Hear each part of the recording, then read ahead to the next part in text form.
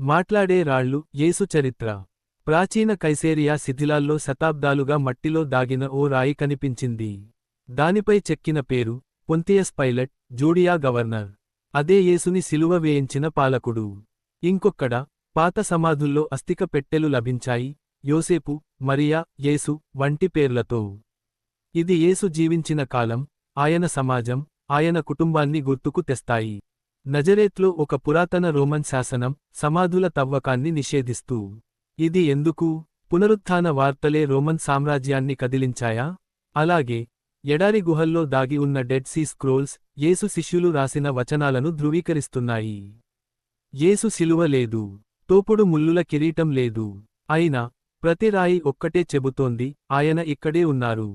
యేసు నడిచారు, బోధించారు, స్వస్థపరచారు, చరిత్రలో, కాలంలో, విశ్వాసంలో.